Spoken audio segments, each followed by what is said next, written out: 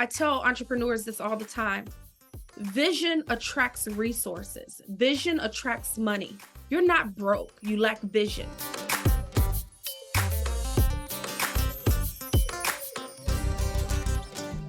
Hey, this is The Reset, and I'm your host, Letisha Bereola. I'm a life and career coach, and I'm here to help you press reset on your life and go after your goals with audacity. And y'all, normally I get myself together after an interview and get my script and all that, but not today because I just talked to Lola Tomorrow, and you are going to know this name very well by the time you finish this interview. I encourage you to watch it all the way through because there were times I wanted to just melt into the ground. This woman is powerful. Her story is powerful. She helps us see what's on the other side of yes and what it's like to have a vision. And when things finally align for you to go after the vision, what it's like to walk out your faith and walk out what you believe and to start working towards a vision. Am I even making sense? It's so good. So who is Lola Tomorrow? Lola is the former aide to First Lady Michelle Obama. Yes, for 7 years she worked with the Obama administration. She was former TEDx organizer. She's a corporate event planner by trade. And she's also a millionaire mastermind on her own, okay? She has built a beautiful brand, a faith-based driven program called Faith Figures. And Lola has mentored hundreds of women to actively reach millionaire status and dominate the business world. Her program helps to bridge the gap between faith and business. And y'all, it's just when you meet people and there's just this chemistry, there's something special about them and their story. I felt that the entire way through. If you're someone who has this feeling that there's something bigger for you outside of your work, that there's something that's calling you to something greater, bigger impact, something different that requires you to reset and pivot. If you're that person, she is the voice you need to hear today. So drop everything, get cozy. Cozy is the word of 2022 into 23. Get cozy and get to know Lola Tomorrow and what happens, what it's like on the other side of yes. Let's listen. Lola, my soul sister that I just met 5 minutes ago. Welcome to The Reset. Thank you so much for having me. I'm so excited to chat with you today. So The Reset is all about empowering and encouraging people and making them aware that they have a choice to change. And you have an amazing story, but I want to focus in the last 2 years or so where the pandemic happened. The plan you were working kind of blew up and you pivoted and reset and went on another path. My question is, how did you know, what was the driving force behind starting something new? Yeah, well, I think so. Here's the cool thing that life has taught me is that nothing just happens to any of us. Even what we consider might be the worst day of our life or the worst situation, nothing just happens.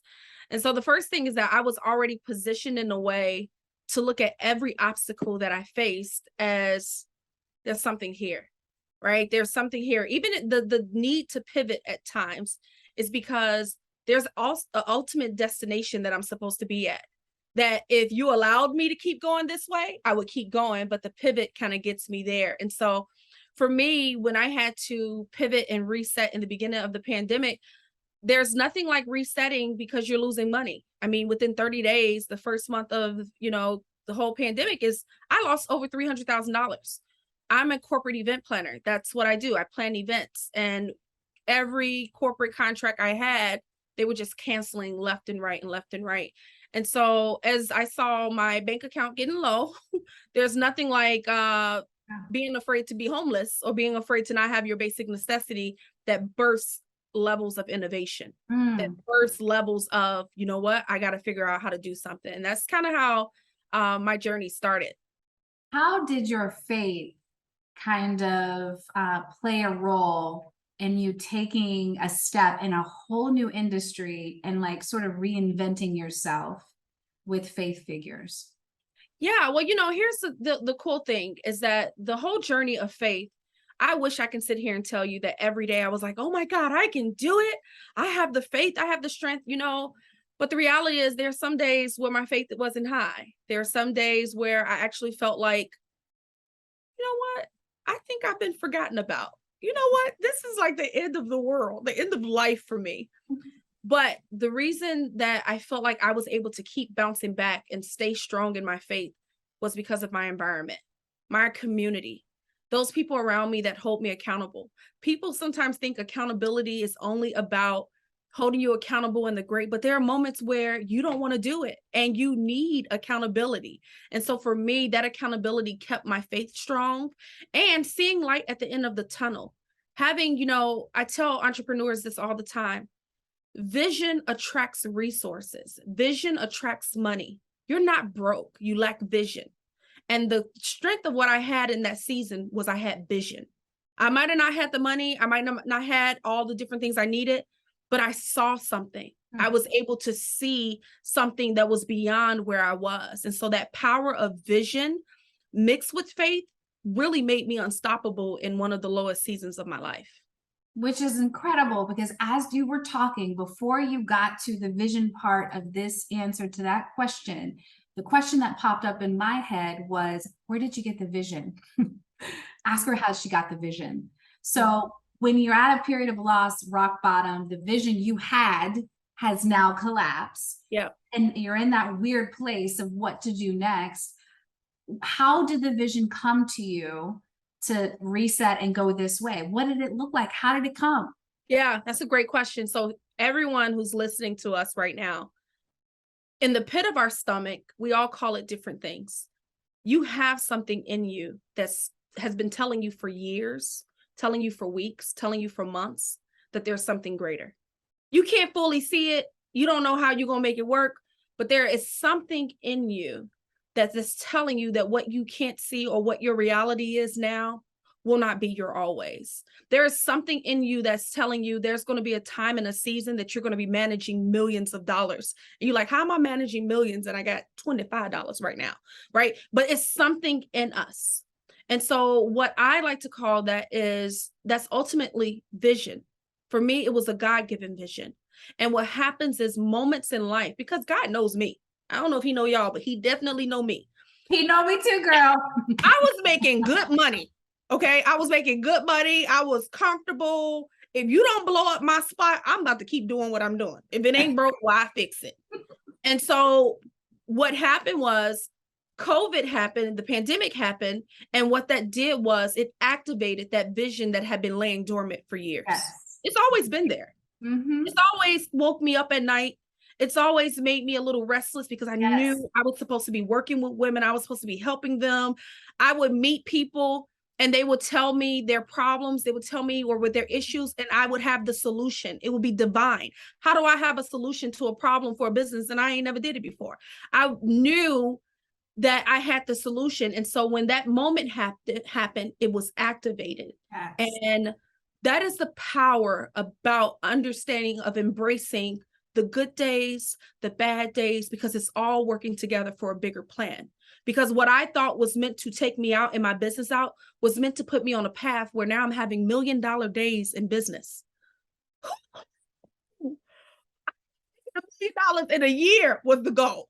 But we're talking about $1 million in a day. Go up, and being in alignment. So that moment activated the vision that had already been laying and just waiting. Like it's almost like this vision was waiting for a moment to show up. Yeah. And I'm just so grateful for this journey because I never could have gotten here if that was not activated in me. But God knows us. So it took some extreme circumstance for it to be activated. And here we are. It's called divine appointment. Yes. There's so much I could say about this, and people who have followed my story know this is how I talk about how I knew it was time to go and how I knew everything was aligned and that this was the time to move, because now all this makes sense. oh my gosh, that's why A, B, and C. I have to act, have to go. The vision is now. I'm finally arrived.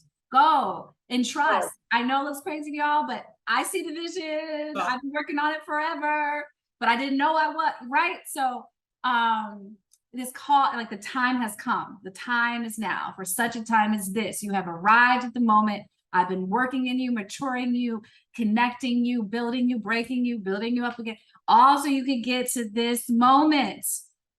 Whew. So I'm going to end it with this, and I want people to see the other side of it. So now you have this flourishing, beautiful vision, right? That's impacting lives, and yes, creating wealth, but oh my gosh, impacting lives.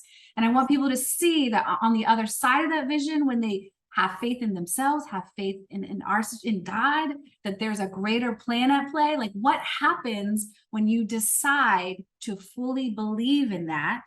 What does it look like on the other side?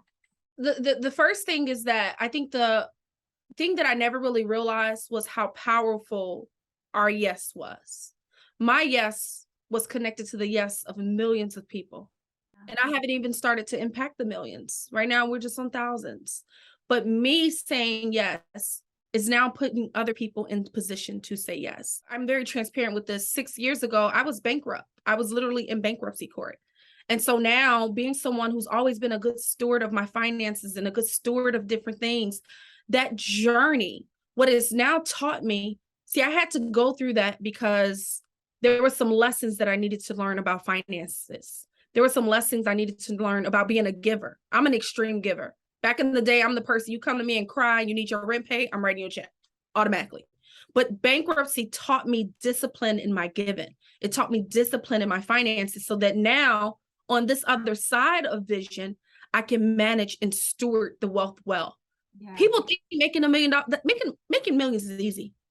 The more difficult part is stewarding the wealth well, growing it, right? How many overnight millionaires we know, people, they get money, then they don't have it. How do you steward it? So on this side of my yes, it's a life that I never could have really imagined. It's a life that it's the thing that I would dream about, but I didn't know I could really have it, right? On the other side of me feeling like, well, are you good enough? Who's gonna listen to you, right? The little imposter syndrome that we all sometimes feels that comes up. On the other side of me doing it afraid was actually success. On the other side of me being afraid of my success was actually me resting in my success. And it's just been a pretty dynamic journey, just the power of a yes. Well, you just came up with the title of this episode, Power of Yes.